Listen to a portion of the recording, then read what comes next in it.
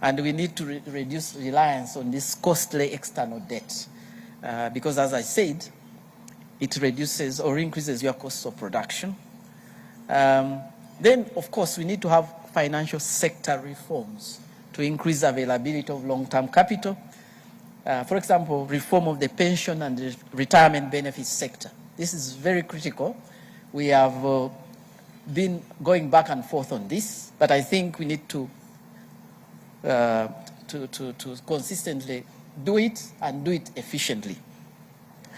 Importantly also, it's an opportunity, policy and regulatory environment. On the whole in Uganda, as we all know, we have the relevant policies. The PS in the morning in his speech talked about the macroeconomic policies, which are really, well, they're good policies. We also have legal frameworks in place. However, there are gaps in implementation and enforcement. In some cases, regulations are complex and bureaucratic. And I think one of the key areas we have to sort out in our 10-fold growth program is this area. And I believe my colleague who will talk later will go a little bit in detail on these things. So there is a need to close these gaps to boost productivity and accelerate and sustain growth. Now, I put here resilience. I'm not saying it's an opportunity, but it is something very important if you are to sustain growth at high rates for 20, 15 years. Because as I demonstrated in the review of our past performance, as we recovered, then we had a shock. And if you do not have resilience, of course, then there's no way for 20 years or 15 years you are going to maintain potential GDP growth. So we need, therefore, to ensure that we build resilience to mitigate and minimize the scale of damage and to stimulate the economy after these shocks. We also need to deal with the climate shocks in the agriculture sector through climate-smart agriculture, and we need to invest in building climate-resilient infrastructure. Yeah? The one we had on Masaka Road, I don't know how much impact it had on growth for the period that the road could not be used. So if you have climate-resilient infrastructure, this kind of impacts on productivity would not be there because, as you know, people had to use either longer routes, so they incurred higher costs, for example. But if you have climate-resilient infrastructure, it means that they wouldn't have to incur these costs. Of course, also we have to have export diversifications, we have to have buffers, we have to have sufficient foreign reserves, we have to implement the fiscal rules as we set them, and we have to digitize. And then the economy would be resilient, and we see that if there is a shock, growth will not be falling too much. You know, it will be minimized. So to conclude, I can see I have 2 minutes. To conclude, we have to, in this forum, we need to discuss in detail some of the focus areas that we have identified. And this is a summary of what we are going to do for the next 2 days, for today and tomorrow. In this session, we are looking at growth strategy for structural transformation. And as I've presented the opportunities that I have highlighted. Of course, people can add on those, but for me, I think those are the areas. Then we are going to have the 10-fold strategy. One of my colleagues is going to present it. And then we shall have the essential elements to achieve the 10-fold program. And we shall also have industrial policy. We shall look at climate change, how we can turn it into opportunity for growth, overcoming the financing constraints, as I've highlighted, with the options we have at the moment are very expensive. We have to look at the alternatives which are cheaper and more efficient for our purpose. Otherwise, our production costs are going to remain as high. And we also have to ensure that we transform those in subsistence farming into some kind of growth, including urban growth. And there we shall be looking at how we can use an urban strategy to drive growth. We also want to look at how the PDM opportunity can become a sustainable driver of what we want to achieve. And we also want to look at the high productivity services, tourism and business services. This is critical, and as PS highlighted, the 4 sectors, one of them is tourism. And it is something that we need to focus on and see it as a springboard for growth. And then at the end of tomorrow, we shall have what we are calling a Davos-style panel of policymakers and private sector practitioners to really discuss the driving transformation. And we want to bring in the practical aspects. Those are the questions that will be addressed there. So that's how I conclude, and I look forward to your views. Thank you.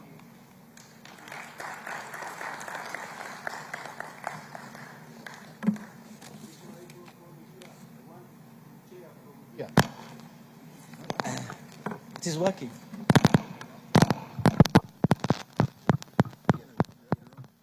It's not. Oh, okay. It's working. Thank you. Thank you very much, Dr. Musi. You can now come and first see what Moses Bekavie is going to present. Moses, come and tell us about the 10-fold growth strategy.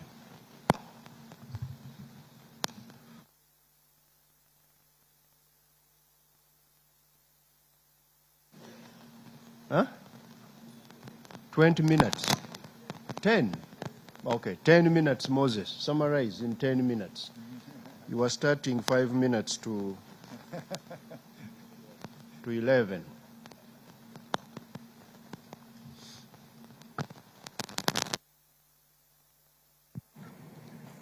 Thank you very much,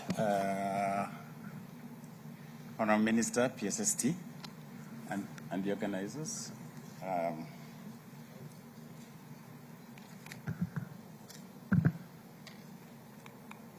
Okay, it works.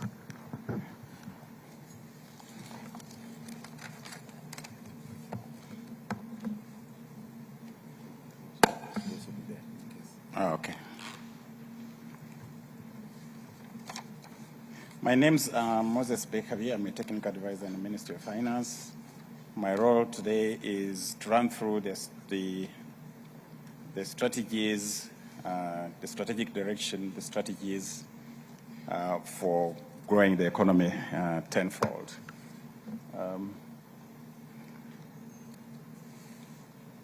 The tenfold economic growth strategy arose from a vision of His Excellency the President to increase the size of the economy from about $50 billion now to $500 billion in 15 years. This strategic direction is informed by the immense natural resources, natural potential, economic potential that we have.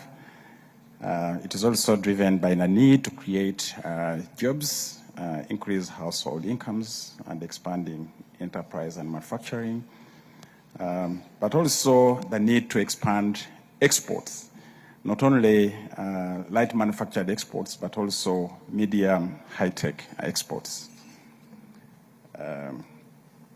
One of the key elements is the access to regional and international markets, but also attracting foreign direct investment. The detailed enabling interventions and policies will be contained in the forthcoming National Development Plan, the 4th National Development Plan. The strategy was approved by His Excellency the President and Cabinet in March this year, together with the strategic direction of the NDP4. And the implementation of the tenfold is actually happening now, this financial year. What does expanding the economy tenfold mean? I think the PSST enumerated some of those things, But one of them is that we need to shift the growth trajectory from an average of about 6 to an average of 6 to about 8% per annum for the next 15 years. And this shift can be demonstrated here.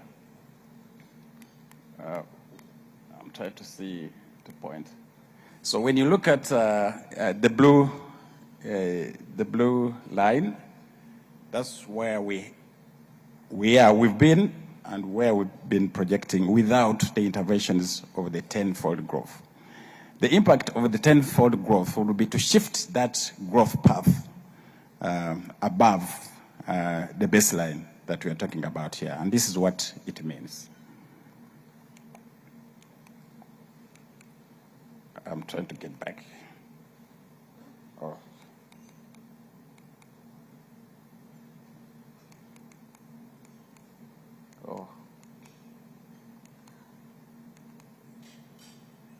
Yes, it means also doubling the size of the economy every 5 years,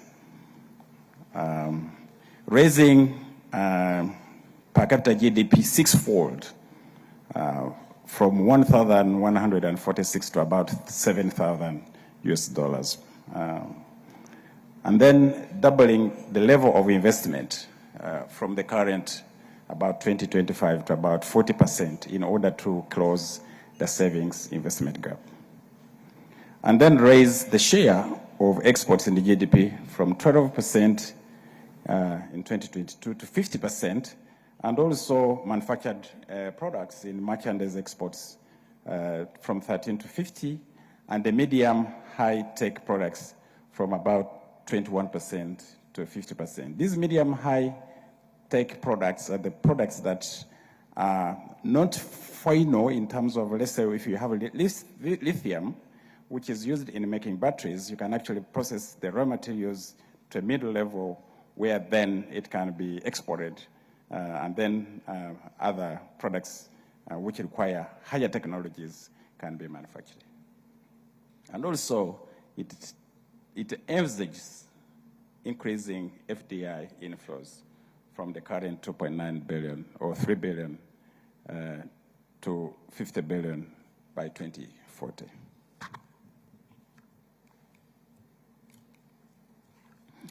What are the key anchor sectors for the strategy? They are listed here: agro-industrialization, tourism development, mineral development, including oil and gas, which is happening now, science, technology, and innovation, which we are calling knowledge economy development. And in order to harness the potential from these sectors, there are going to be enablers such as skills development, further reduction in the cost of doing business through infrastructure development, social capital development, and also, as PSSD mentioned, very sound economic and financial policies, and resilience as well. Okay. Yes. What does it mean in terms of agro-industrialization? That is agricultural production and value addition. This will entail facilitating the process of accessing credit at affordable cost. It will entail implementing what we've been talking about for a long time, that's the warehouse system. And all these things that I'm talking about here have been researched. The World Bank recently actually completed a study, pilot study on this system, and it's feasible. Improving productivity that we've been talking about, and then enforcement and implementation of rules and regulations to support exports, and then supporting farmers to access micro-scale irrigation systems, and implementing and mainstreaming climate change mitigation strategies, as well as diversifying the sources of electricity, and invest in expanding the geographical coverage to support agro-industrialization. I think when we talk about diversifying sources of electricity, you just saw what happened a short while ago when we are almost in darkness. Unlocking tourism potential, which is the second pillar, the anchor sector, which is tourism. This will entail unlocking the constraints to tourism development, which will require improving the roads, ICT, and other infrastructure that supports tourism, ensuring security and countering negative publicity, promoting and marketing of the tourism potential and the assets that we have, supporting training in hospitality and setting standards, grading of tourism facilities based on international standards and enforcement of those standards, and promotion of health tourism, as well as promoting the untapped domestic tourism that can help sustain tourism facilities in a very low seasons. This point here, I actually saw it myself when Kenya was having some problems of tourism, terrorists in Kenya. The tourists dried up, but what the Kenya government did was to support domestic tourism. You could see they sponsored even school children to go out and tour some of these facilities in order to maintain these facilities. In terms of mineral development, we are looking at development of the value chains through establishment of conglomerates, and this will entail the mapping of all the mineral resources in the country and quantifying and documenting the mineral potential in these strategic sectors. It also entails putting in place a mineral tracking system to ease exports, and this is also happening as we speak now, and establishment of the National Mining Company and its capitalization, which is also happening now. Actually, capitalization of this company is going to start this year. And then putting in place a governance framework for the exploration and development of the mineral sector, a transparent, accountable system, ensuring transparency and accountability, establishment of more beneficiation facilities in the country, and facilitating the private sector in the exploration, mining, and the value addition of these minerals. The next one is oil and gas.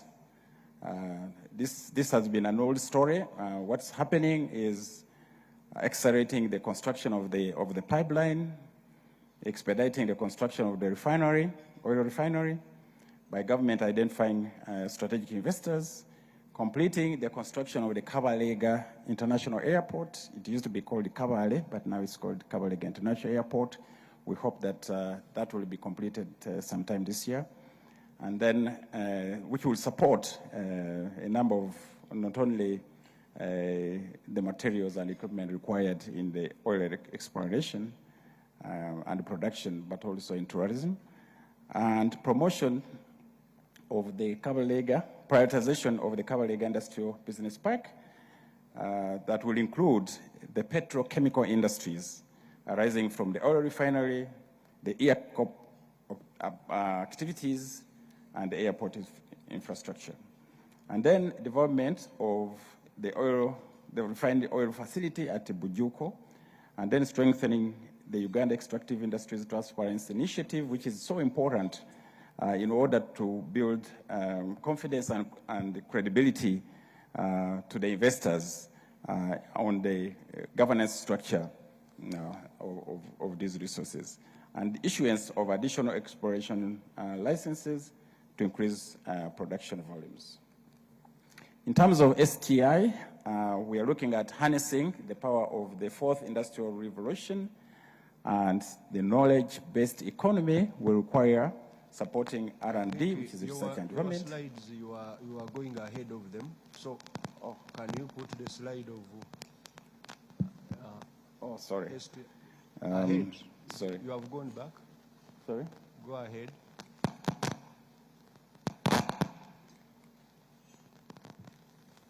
ahead. We're still in the mineral. That one. Yes. Okay. Harnessing the power in terms of STI, that is science, technology, and innovation, which is so critical for the knowledge economy. We are looking at harnessing the power by supporting research and development for new products, new ways of doing business and innovation, strengthening partnership with the private sector, especially research and development institutions and scientists in the pathogenic and knowledge economy. Deliberate investment to improve the quality of education. Dr. Museveni has just emphasized this point. And investment in ICT-based skills development and infrastructure. Dr. Newfarmer has just mentioned about this. And then putting in place a strategy for long-term development of specialized skills to support a more sophisticated and diversified economy. We have skills and many people who have been trained in various institutions, but when you look at these people who are specialized in specific areas, we have a significant deficiency in that area. And this also looks at actually trying to build that specialization in the economy. And then developing an effective apprenticeship program, linking research hubs with universities and industry operators, and putting in place a reward system and functional transparent patent system that would promote innovation. In summary,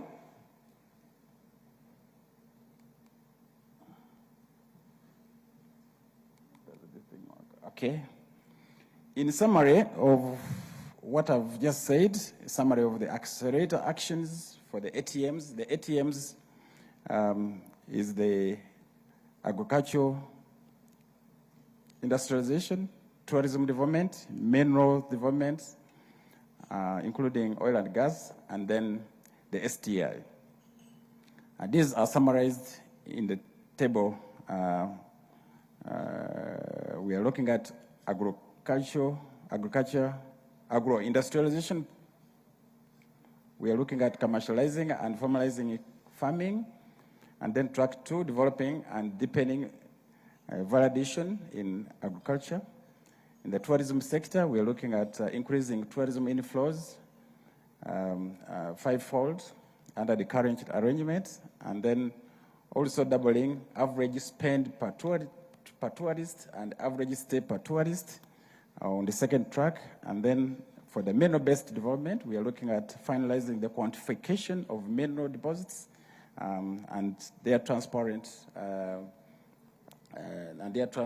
reporting. We are looking at commercializing mining operations. We are looking at diversifying delivering fast oil. We are looking at commercializing the petrochemical industries, and then expanding the capacity of the oil exports. And then in the STI, we are looking at adding value to the traditional economy, and then also creating the new economy using STI and ICT capabilities.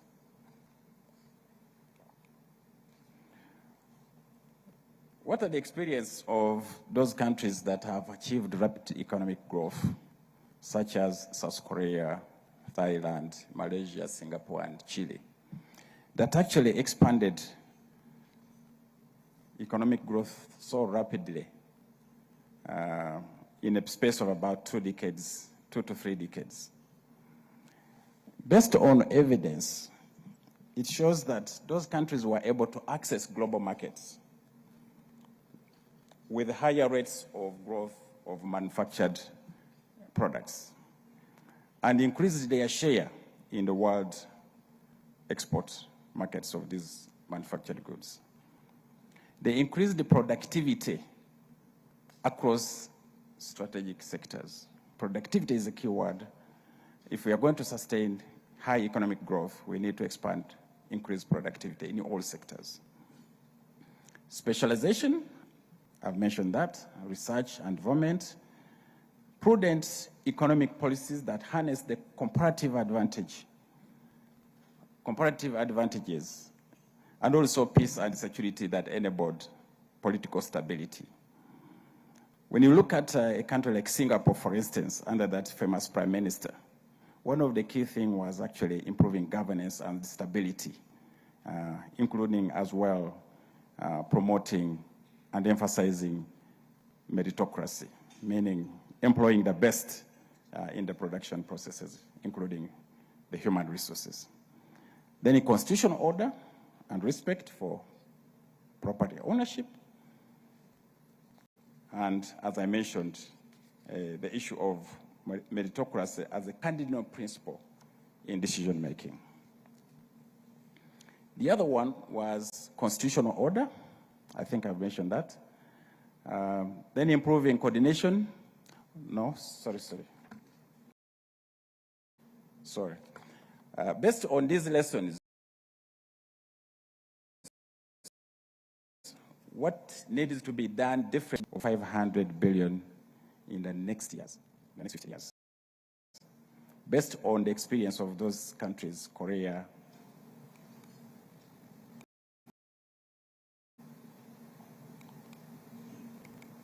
yes, based on those countries, South Korea, Chile, Malaysia, and so on, what lessons have we picked from there, which we've incorporated in this strategy?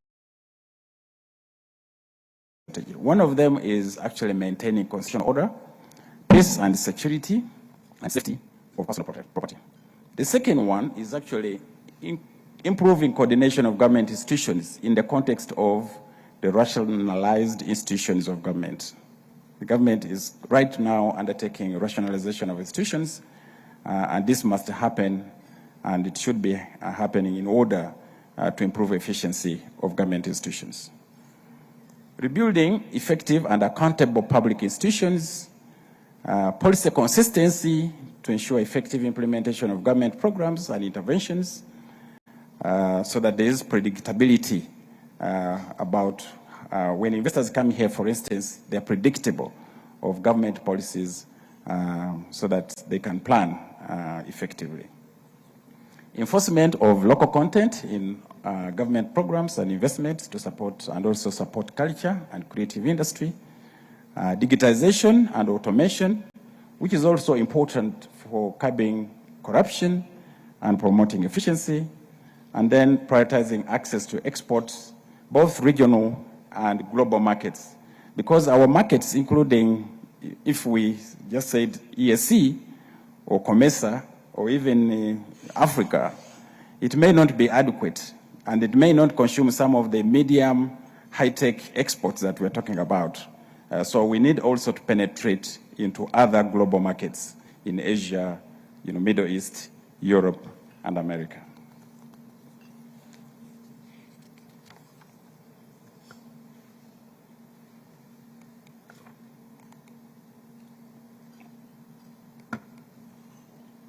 Okay. What are the policy consensus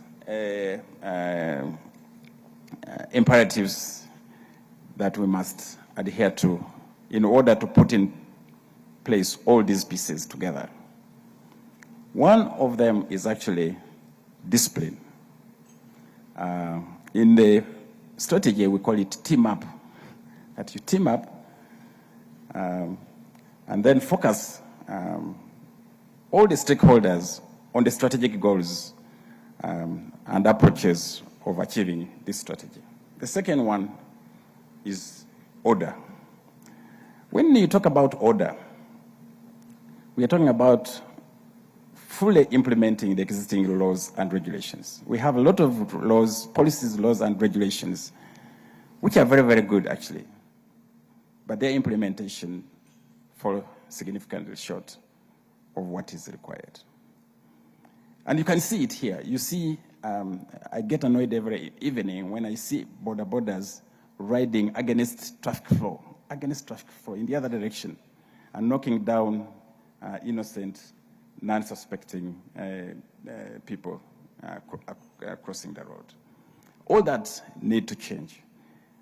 We're talking about natural capital, and this is where we're talking about the green economy and preserving the environment. We're talking of physical capital.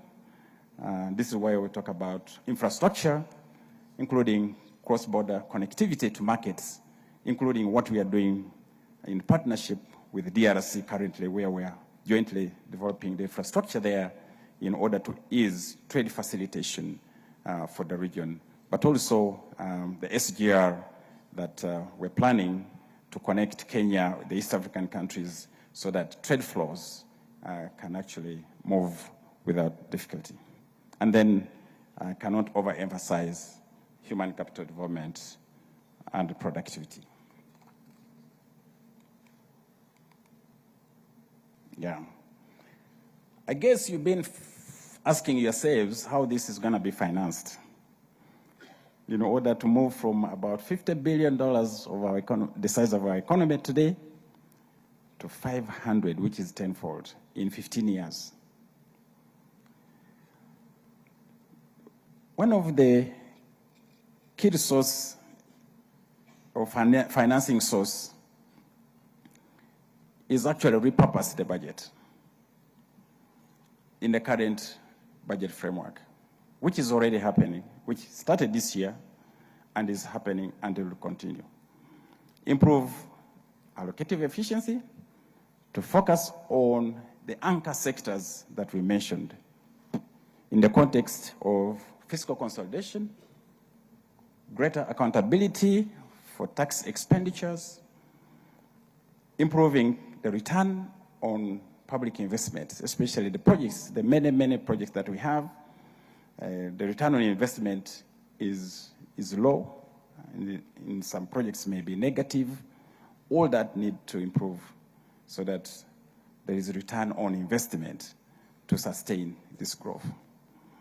Effective implementation of the domestic revenue mobilization strategy, which envisages increasing revenue to GDP from the current 14 to about 18 to 20% in the medium term. Incentivize the diversification of private capital to balance government securities vis-a-vis other forms of private finance. Right now, private capital into government programs is through government securities. But this private capital should also be able to finance other forms of, to leverage other forms of private capital in order to finance the economy. Rethink the reform of the pension sector, insurance, and capital markets to unlock the huge financing potential. We attempted, without success, to reform the pension sector. We hope that we have a reasonable chance to go back, probably after elections, to try this kind of reform and unlock this potential. Then form a conglomerate of equity companies around the mineral reserves or assets owned by government, but also attract private capital through shares. The mineral sector is a sector that actually doesn't need government financing if we are well organized. Because you have the gold reserves, you have all these mineral reserves, you can just quantify them, have a sound governance framework around them, okay? And then you are able to attract equity investment. You form companies which are government, and then you list these shares to attract private capital into these. And then you can finance them very sustainably without actually borrowing or even using your domestic tax revenue. This can be done because these assets are actually money. You know, when you look at gold, when you have gold, even if it's not processed, it's actually liquid money, isn't it? So you can actually attract private capital very easily. But what is required is a sound, transparent governance framework that instills confidence, trust and confidence in the investors. Yes. Of course, you've read in the newspapers the additional oil and gas reserves that are around Lake Kyoga. All that Lake Kyoga is surrounded by oil and gas reserves. these reserves need to be explored further in order to increase the reserves. And once you have these increased reserves, you have capital, you have money, which money then can be utilized to finance other sectors in order to increase productivity in those other sectors, non-oil sectors, and build competitiveness in those other sectors. Because mineral resources are finite, resources, meaning when you extract them, they don't replenish. And if you extract them in a manner that doesn't build capacity in the economy in terms of competitiveness, productivity, then by the time they deplete, you're actually at zero. So we want to prevent this from happening. Leveraging affordable and sustainable financing. You've heard about UDB, Uganda Development Corporation, the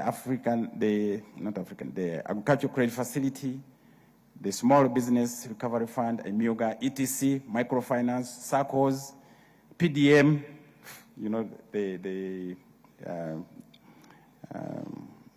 the financial pillar, and so on. And PDM is happening. We've invested already 2.4 trillion in PDM over the last 2 years.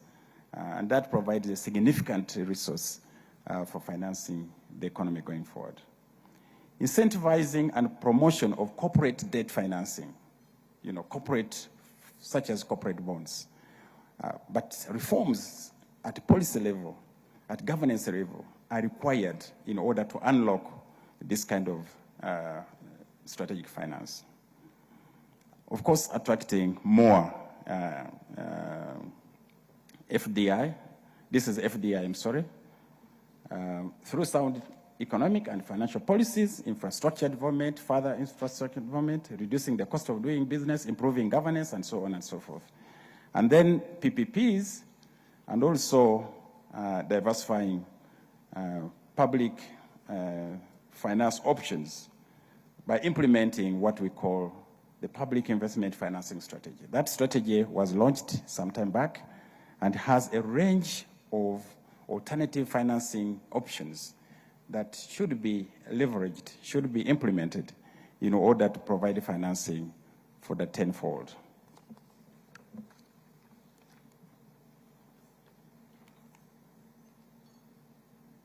Oh, I wasn't sharing it.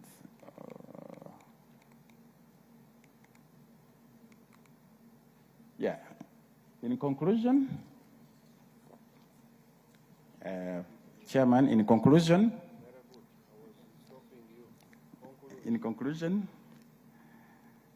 expanding the size of the economy to 500 billion by 2040, which is in 15 years, is a strategic goal of government. There's commitment at the highest technical and political levels, requires acting deliberately and with resolve.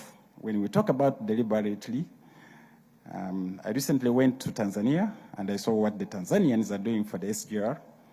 You can determine that actually they are acting deliberately in what they are doing. We need to do the same here. And then staying focused on the strategic direction, including resource allocation and budget execution, in other words, fiscal discipline, re-establishment and streamlining meritocracy in institutions of government and business processes. And this is not new. When the reform process started in Uganda, for the first 10 to 15 years, the system of government, institutions, and businesses was on the basis of meritocracy. We need to re-establish that.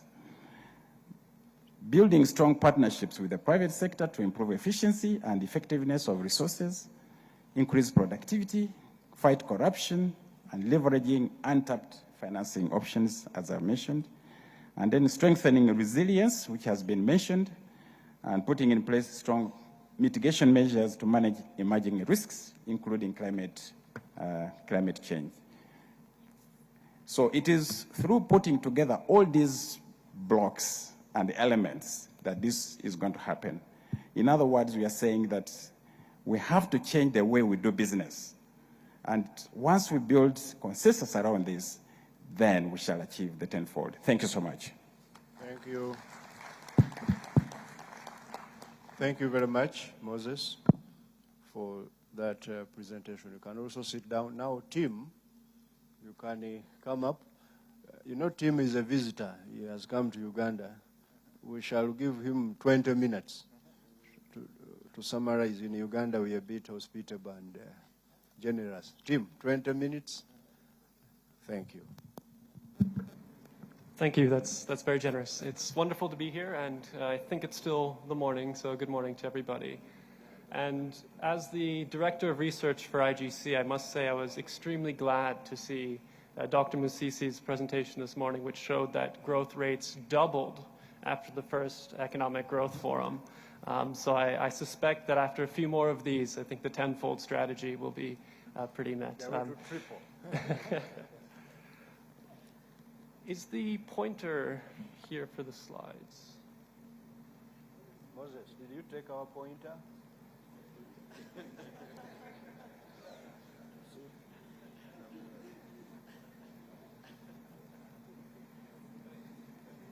That's how they grab it. So I would like to share a few perspectives on the process of structural transformation, and in particular focus on the areas where I think the government of Uganda might be able to support this transition.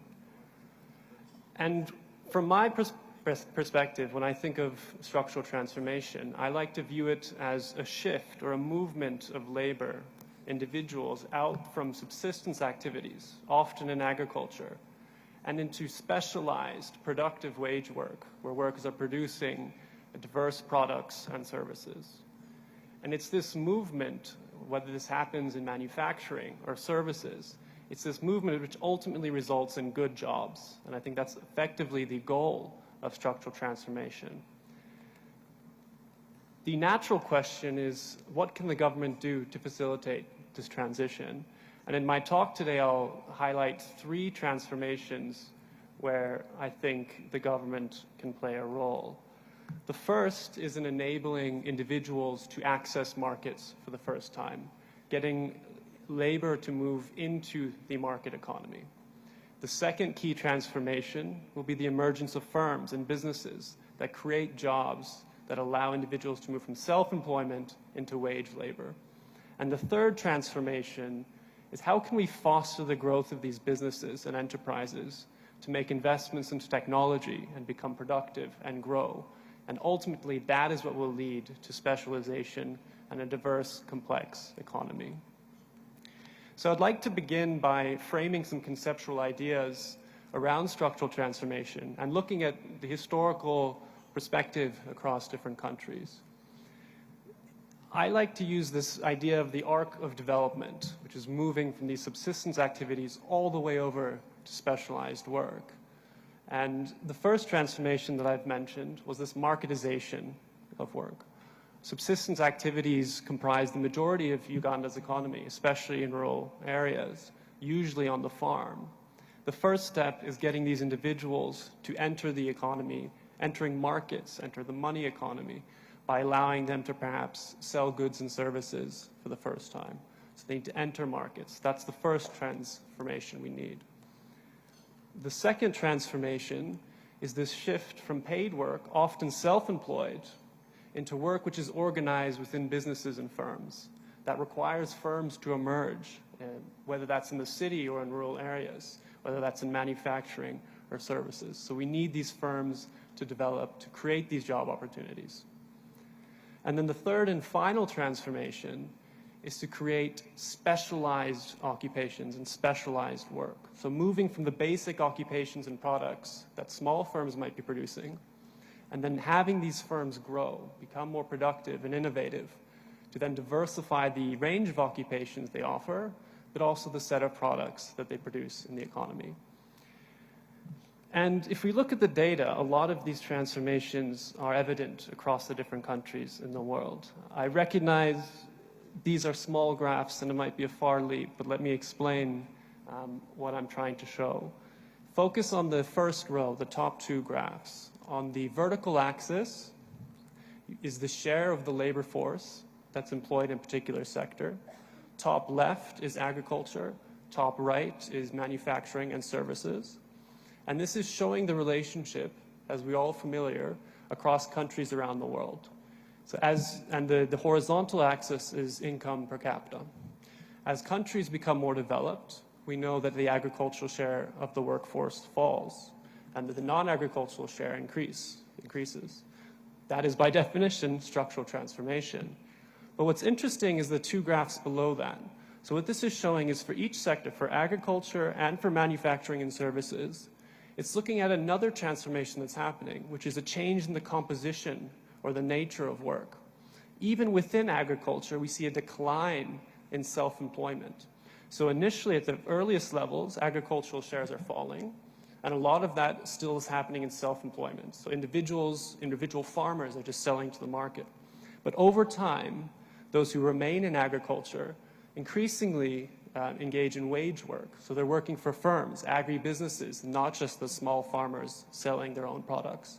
And we see exactly this shift from self-employment to wage work within businesses happening at a much sooner and faster level in non-agricultural sectors. So as much as it is about changing sectors, it's about changing the nature of work, entering wage occupations. This transformation happens also across the country in terms of in cities as well as in rural areas. The graph on the left, again, the y-axis or the vertical axis is the share of the population living in cities. The horizontal axis is the income per capita. And we know this, that richer, more developed economies see a larger share of their population living in cities. But interestingly, this switch from self-employment into wage labor is also seen in urban and rural areas. We might expect, naturally, that the manufacturing and services takes place in the city, in Kampala. So we see at quite early levels of development that wage labor, so basic jobs or even more skilled jobs, form the majority of work in cities. But interestingly, this transition happens in rural areas as well.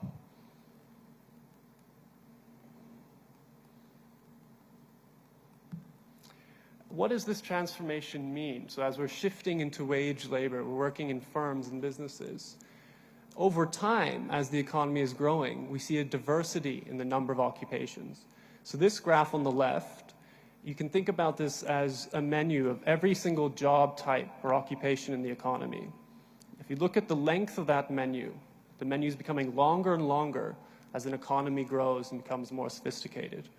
And this is showing the kind of sheer number of diverse occupations are increasing as incomes rise.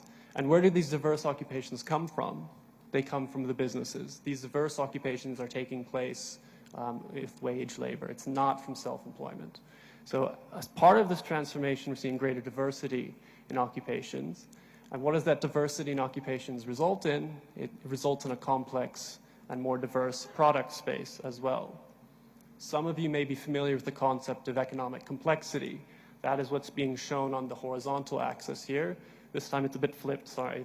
The vertical axis is income. The horizontal is talking about the economic complexity of the economy. And this is showing that as economies become more complex, or as they grow, they become more complex. And this is showing, if you can look very carefully, that from other work, that Uganda in the bottom left there has moved up in the last 20 years in terms of both income and complexity of its economy. So those are the high-level descriptive figures that I think characterize what I would classify as this arc of development, this movement from subsistence activities into specialized work. But what does this mean for Uganda, and how can Uganda move along this arc of development? And what I'll now be doing is I'll be going through each of these three transformations and just giving a few ideas, by no means comprehensive, on how we might think about overcoming some of the barriers to this transformation. And I'll be touching on different pieces of research that IGC has supported in Uganda over the past several years. But before I go into that, I want to emphasize an important thing to keep in mind, which is that each of these transformations are happening at the same time in Uganda, depending on where you are. In Kampala, we're really thinking now about how do we enable firms and businesses to expand. There's a lot of great material in the tenfold strategy in the National Development Plan about how we can make sure firms are investing and innovating and growing into more complex products. That reality is there in Kampala, as well as the reality for much of Uganda, where it's really the first transformation about getting labor out of subsistence activities into the market for the first time. So the first transition is helping individuals to access markets. And the core constraint when we think about this challenge is, are individuals able to get access to the inputs and technologies that they need to be able to sell products in the market for the first time? Here, given that much of this is agriculture, we might think of interventions that provide credit or agricultural extension programs that provide information on the best farming practices, that give information and access to high-yielding and climate-resilient seed technologies, or interventions which improve the supply chains to access quality fertilizers. A lot of investigations have been looked into, are we able to ensure that quality fertilizer is reaching the smallholder farmers who need it? And there's certainly been evidence that suggests that there's challenges along the supply chain that can be improved to make sure that quality fertilizer inputs are provided. In more recent work, we've looked at the impact of having rental markets for technology in agriculture.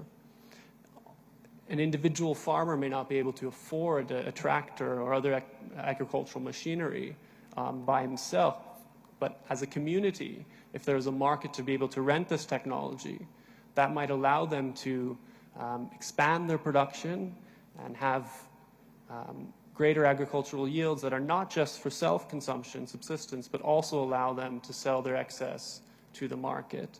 And there's been interesting work by Vittorio Bassi and co-authors that really document how these rental markets are allowing individual farmers to expand their production effectively.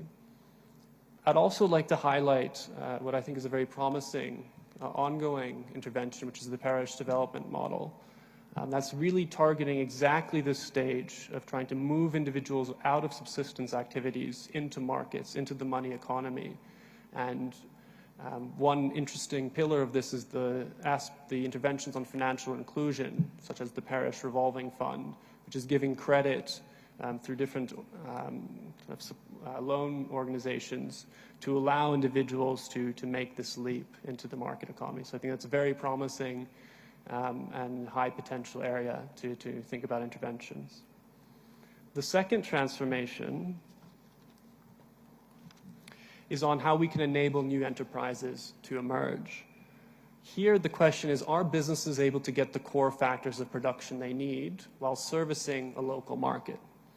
Things like capital or credit, labor, in particular the skills that they need to run a small welding company, the energy inputs, the material inputs that are required. All of these markets need to be working well for these firms to have an ability to start and service local needs. And there's a variety of challenges and ongoing initiatives to think about how we can help firms at this stage provide these entry-level wage jobs. But I'll highlight just one set of issues that we've done research on recently, and that's the role of skills and matching for labor. So are we able to train the workforce, and are we able to make that workforce be able to access the jobs that are fitting for the skills that they have? So in a large multi-year study, a large team of co-authors provided vocational training to youth unemployed in Kampala. And they combined both vocational training and tried to facilitate connections between themselves and potential businesses that are hiring.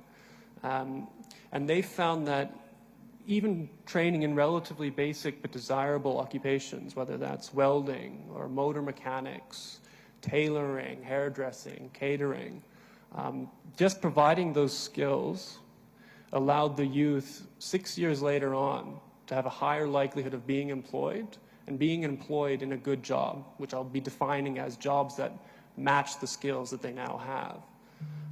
What's interesting about this study is that it highlights the wider challenge of ensuring that labor is going to the right places and that firms are able to hire the right skills that they need. Because for those who got the training and the matching, sometimes they had a connection with the business, but they didn't get a successful job offer. And that actually discouraged them. So those who also got the offer, but who were matched to a business but didn't get the offer, actually felt discouraged. And after 6 years, they actually were doing worse off than those who just got the skills training. And that tells us we need to really think not just how we can make connections between the young workers and the businesses, but how we should also frame and shape expectations and allow them to better search for these good job opportunities.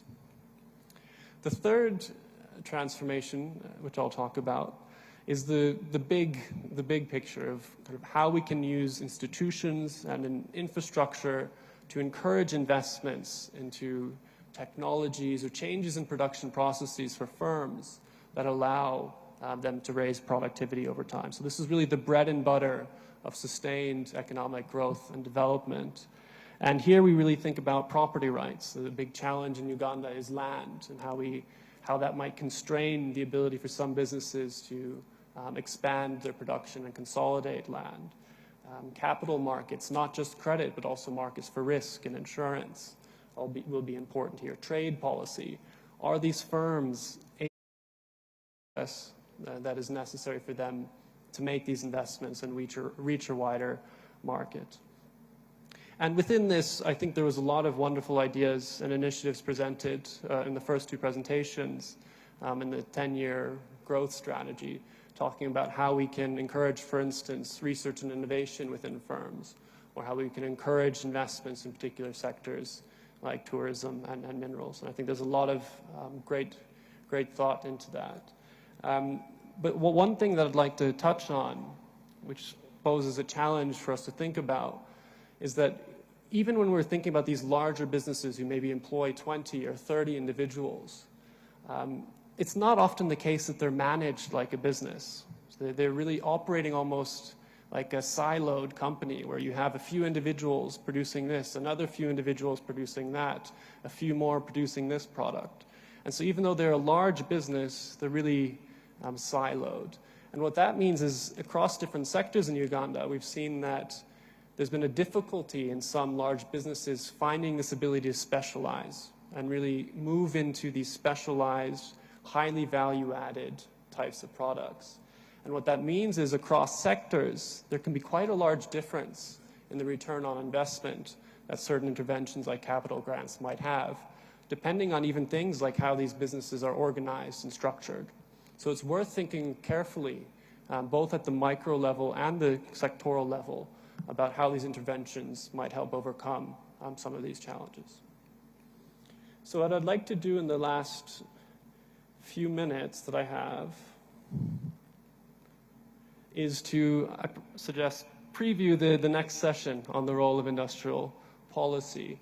And I think a lot of ideas have been coming out both from the practitioner and the research community in the last several years. And I'll give more of just my perspective on this without trying to give a full overview, which we'll cover in the next session. But industrial policy, when and where and how should a country like Uganda think about industrial policy in meeting, for instance, the 10-fold economic strategy? And I'll start with a quite conceptual thinking of what is the kind of textbook case of industrial policy. If we learn in school what industrial policy can achieve, what does that look like? And it begins first with the very simple but I think important recognition that industrial policy by design changes the composition of the economy. It moves resources from one sector or one firm to another. And this change in composition can be for the better, but it can also be for the worse. So anyone who receives $1 million will be better off. There's no question. But the real question is, could that $1 million have had a bigger impact somewhere else? And to begin thinking about answering that question, one useful concept to keep in your mind is, are these resources shifting to locations that are helping alleviate what we would call market failures? So areas where the market, for one reason or another, is not helping provide the inputs, or perhaps is over-providing the inputs to certain businesses in that sector. And these market failures might be things like externalities. So let's think about innovation. If one business innovates, that creates benefits for themselves, but possibly also for the businesses around them. They can learn by exposure to this business. So industrial policy, which encourages things like innovation, might help not just the firms who benefit from the policy, but wider businesses around them. So that would be an important area to think about industrial policy. The same implies for the environment, where you need to think about that many of these business decisions may not be factoring in the negative impacts that their activities might have on air pollution, for instance. And then there may be a host of other market failures, like incomplete markets for risk or insurance. The key question to ask is this affecting one sector more than another? We all know that there's inherently challenges in the capital market, but are there reasons why this sector or these businesses are facing these challenges more? In those areas, perhaps industrial policy could be impactful. And then lastly, we might think about industrial policy to encourage competition. Central to the idea of an impactful policy is the idea that competition drives innovation and productivity increases over time. And what it is really not, and this is what I want to underscore, is that industrial policy is not about picking individual winners. In some sense, we don't care if the firm that receives the industrial policy benefits. We care about if the economy and the firms around it benefit. Are they benefiting? Are they able to generate these jobs that can push us along this arc of development? And the final point I'll note here is there's been quite a lot of innovation in the academic literature on how we can use production and trade data to begin trying to measure which sectors might potentially benefit more from industrial policy. And just to say, this is definitely an area where I think further collaboration with researchers and Ministry of Finance and other officials here could be potentially very productive. So I'm over time. I would like to steal 2 more minutes, if I can move forward the slides. Perhaps I'm being blocked to move forward the slides because I'm out of time. Okay, there we go. I'd like to just end on a story which has already been touched on, which is the miracle on the Han River, South Korea's famous growth story. As we may know, in 1960, Uganda and South Korea were at the same levels of economic development. Today, South Korea is richer than Spain or Portugal. So no country without natural resource wealth has ever grown faster. And structural transformation graph, where we see the fall in the share of labor in agriculture, an increase in manufacturing. Do note that services was also an important part of this process. And on the right-hand graph, we see the story that I've already been telling. How did this fall in agriculture happen? We see this decline in self-employment and an increase in the workforce that's working for businesses and earning a wage. And how did South Korea achieve this? Without going into detail, they had a really wide-ranging set of place-based policies. They built industrial parks. They gave credit to particular businesses in certain sectors. They built infrastructure. But what's key, and I think Richard and others have already alluded to this, is that it still had a strong emphasis on competition. So they had the chaebol, the famous big conglomerates, which were allowed to dominate the local market, but they were forced to export. If they had that exposure to the white heat of competition in the global market, which kept them innovating, kept them improving productivity. And the key thing is no one was too big to fail. They were very ruthless. If a business was not keeping up, they would cut them out and they would no longer be surviving. I think that's an important process to keep that market churn. And we see these types of spillovers that are present in the idea of like which sectors are best to target. We see that in South Korea as well. So to close, what can Uganda learn? And maybe you'd love to hear the discussion in the next session from South Korea's experience.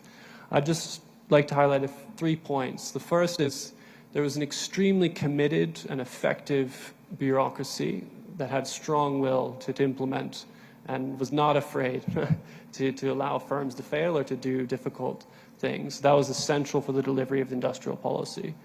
I would say that the 20th century, the mid-20th century where South Korea emerged is very different from today's global economy. And I think manufacturing is essential. We should not overlook the potential alternative paths like services, which could be more viable now than they were back then. And again, the key is less about is it manufacturing, is it services? The key is, are we creating good jobs? And is that allowing individuals to move across this arc of development? And lest we forget, a key ingredient for all of these East Asian growth miracles was actually quite tremendous levels of human capital. You had a very skilled and educated workforce.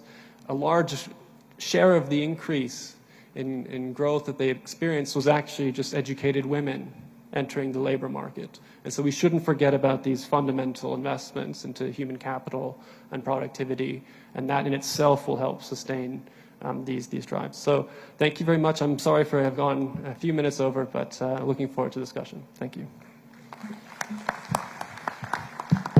Thank you. Thank you very much, Tim, for that expose of researched work, not opinions. Now, I'll invite Faizo, Dr. Faizo Buyinza, to use, you will use 5 minutes to tell us what you think about these presentations. Sum them up. Faizo Buyinza was my teacher. Okay, thank you, Chair, Honorable Minister, Dr. Farmer, colleagues, and everybody. You are welcome. Allow me to go very briefly over what has been presented by Dr. Moses and then Dr. Dr. Tim. Structural transformation and economic growth. And in the event that Uganda wants to realize the 10-fold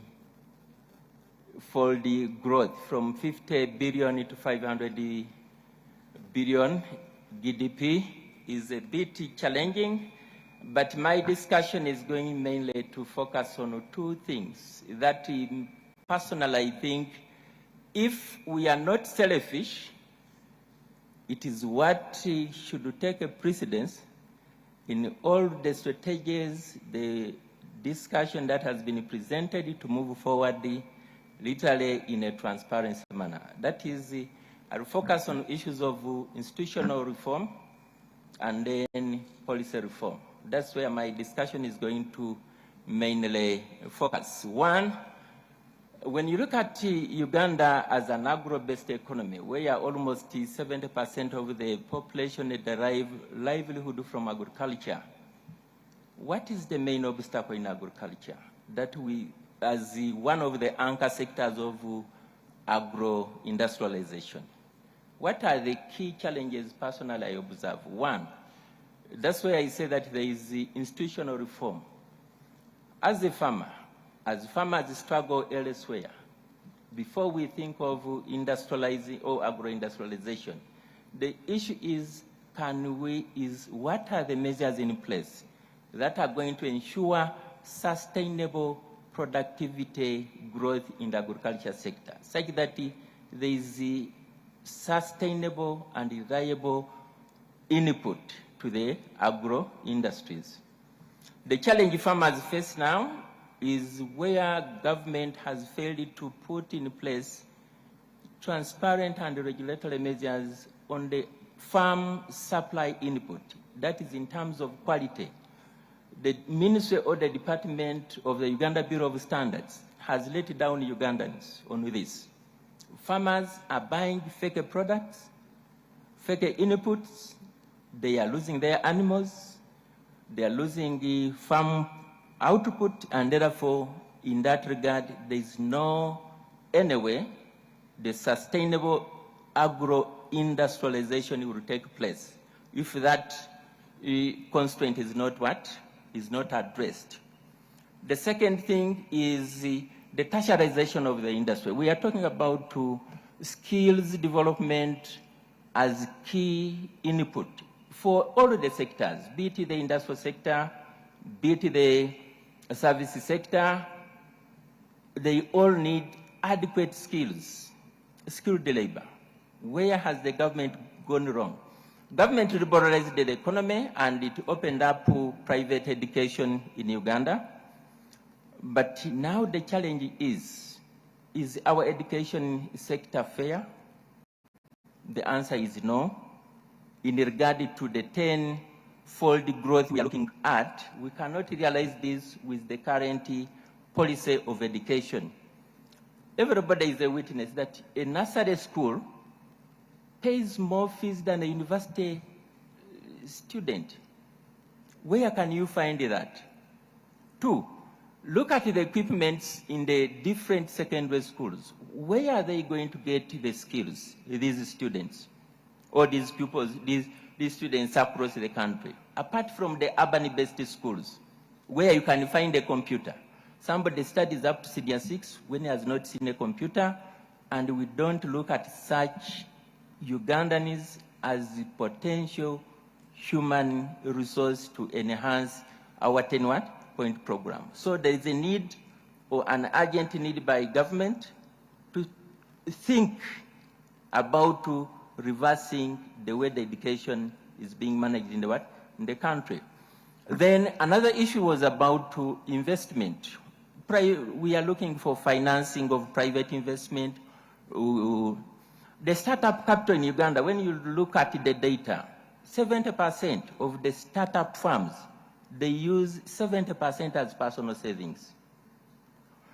How do you expect where Ugandans save 20% to accumulate enough finances to finance feasible investment? They still, you find that most of the investment we talk of in Uganda are simply micro, where they are employing 1 or 2, 3 people, and mainly depending on what? On family labor. So that one is also a challenge, that the creation of decent jobs in the country is going to continue to be what? A problem if that is not what? Addressed. Actually, the low savings in Uganda, someone can attribute them to still the Uganda Bureau of Standards. Ugandans are working hard, get money, but they spend a lot of their income on fake products. You buy shoes that cannot last 6 months. You buy a shirt within 3-4 months is gone. Somebody buys a phone, it is already what? So this issue of the standards of products that are sold in the country is a very key constraint to the savings, leave alone the health status of the individuals, of the Ugandans. Okay? So basically, as we look at this other policy mix that can enable the country to move forward, okay? The Uganda Bureau of Standards is very key in most of what are constraining Ugandans to move forward as what? As in terms of savings, in terms of investment, in terms of employment. Then in terms of integration, domestic and local, regional integration, and then global integration. Still, the products that will compete in these markets are high-value products. And therefore, going back to the nature of training and the institution that can impart appropriate skills, to have the appropriate labor that can be hired in these quality producing industries requires good training, and I hope if I'm not mistaken, most of the former technical schools in the country are closing up. And we are talking about technical skills. Where have we gone wrong? On the issue of tourism, there is a point that I picked up and I said I should raise it such that maybe it wakes up people's mind.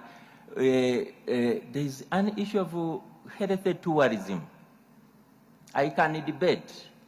If any of you members in this room, you secure your health services from health 3 centers in this country. How many of you go to health 3 center to get health services? The answer is no, you go to private. So what health tourism are you going to promote? That is a big question. So therefore it needs that, as my colleague said, that there is a reallocation of funds in the budget.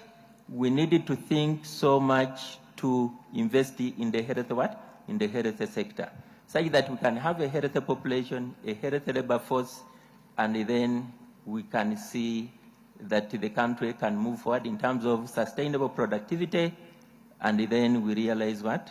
Economic growth, and then we attain the goals of the tenfold what? By 2040. Thank you so much for giving me this opportunity to have this discussion. Thank you. Thank you very much, Dr. Buyinza. Your points are very clear and straightforward. Maurice, I've done my job. I've chaired the session. Thank you. Ladies and gentlemen, can we appreciate the chair of the session and his panel? Chair, it will be my humble request, because we didn't get the opportunity to see all of you up, to have all the panelists and you, Chair, at the front, so we can have a photo. So panelists, cameramen. So park that question if you had a question. If I find some time before lunch, because that could delay our lunch, then we will take those questions. But at least we have the panelists here, Dr. Albert, Dr. Tim, G'EBYENFUNA, and of course our discussant, Dr. Faisal. Where is he? Is he right now? I thought you were, after making the presentation, you were back to the university to teach. Okay. Please, once again, ladies and gentlemen, now that they're here, please appreciate our panelists and the chair of this session. As the cameraman highlights this, I'll ask the team, technical team, to take us through the next exercise. I think we have a very small digital exercise. Do we want us to introduce it now before the next session? All right. So I will now ask you to get to your very beautiful smartphones. All right. We're going to menti.com. This is an opportunity to also get feedback from you, but also wake you up. And can we do this while standing? Let's stand. Let's all stand. The Honorable Minister needs to get an awake audience because he's coming to handle his next session. Let's stand. Go to menti.com. Please use that code 19491553. Are we there? Let me know when you're done so I move you to the next stage. I told you today we will try and make sure we get as much feedback from you as much as we can. Dr. Albert, I'm doing your homework, so you will thank me because this feedback goes directly to the ministry and to his department. And are we there? I need to move. If you can write down the code in case you need the code again. Okay, next page. Let's get in. Here's what I'm asking. That's the question we're asking. You don't have to write this. It's already there on your phone. What should Uganda prioritize to enable it to expand the size of its economy tenfold from, of course, $50 US, that's billion, of course, to 500 billion? That's the question we're asking, and we're going to give you our alternatives.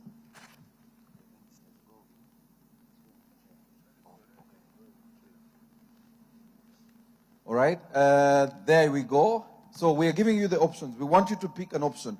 Please look at all the options. We'll not move this page until we think everyone has looked at the options. Because we need you to pick an option, and the next stage will tell you what we want from you. So those are the options you have: enforcing compliance, negotiating for more trading, international markets, improving access to cheaper credit, investing in adaptation. We're not saying that either of these is not a priority. But we want to see what is the higher priority than the other for the PS. What should we prioritize? Okay, if the PS says he doesn't have enough money to do all these things, where does he put his money? All right? Are we set for the next stage? There you go. So now we want your feedback. I'm sure you're choosing. You have the options on your phone. Your smart gadget will tell us what you think we need to prioritize. All right? Start voting. I hope you remember the options. I'm trying to see whether I can find a separate page so I can know which options they are. So in case you're voting, I'm sure you already had your option. So we want to know, and PSST, we are doing the homework. There you go. The Deputy Governor has answered. And he's checking where his priority is falling, whether it is actually the right priority. PSST, now you can tell that, you see how it's moving? This is what we call digital transformation, PSST. That if we invest in the right things, we will sit on your dashboard, PSST, and see the return on investment. For every coin you spend, whether it's tourism, whether it's manufacturing, whether it's agro-industrialization, okay, the last option is clearly taking the lead, and I will need to go back to my options. Bekabi, remember the last option? Whoever has voted for H, do you remember? It is? I think it's accountability for resources. All right. I needed someone to say, because I don't want the PSS thinking it is me saying these things. So is that Julius Mukunda who is campaigning for accountability? I think we have more civil society agents in this room, PSST, than accountants and economists. Accountability, is that where we're going? Okay, so H is clearly taking the lead. All right. The options disappeared very quickly. Gosh. Let me see if I can find where to read them from. But I really want you to vote. If you want, the options are back. There you go. So PSST H, strengthening accountability for public resources. And the next option that seems to be taking priority is G. So H, there you go. Can we go back to the options? I want people to focus there. Yes, G is prioritizing the skilling of Ugandans to improve productivity. Clearly, we agree with the ministry where they say we must increase productivity and efficiency among our people and institutions. And I think I saw A also had, no, it's B. Okay. 14%. Are we still voting? Because I need to move into the next session.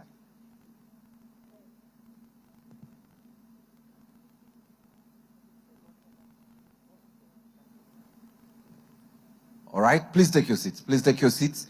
And thank you so much. We'll continue this, and I hope you all participate in the next exercise. So allow me quickly migrate into our next session. I do hope we can, by 1:30, end that session so we can have lunch. I'm glad that the next chair, I can try and, harass to manage time. The other ones I couldn't. So allow me quickly move to our second session. Industrial policy promoting agro-industry, manufacturing, mining, and export promotion. And I will invite the panelists to come as I read your bios. Our panelists are Dr. Marius Obona from the NPA, Professor Bernard Hockman, please come, and Ms. Pamela Natamba from PwC. And I will also invite our chair of the session. I want to take the singular honor of inviting Charles Olenyo Jok. It's the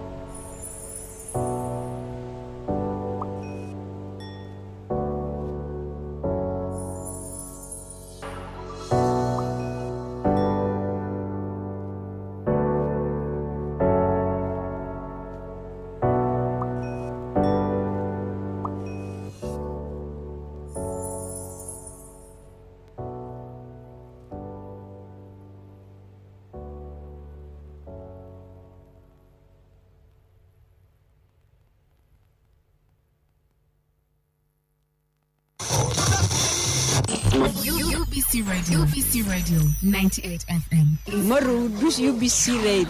Maru UBC Radio programs Miss Sunday Radio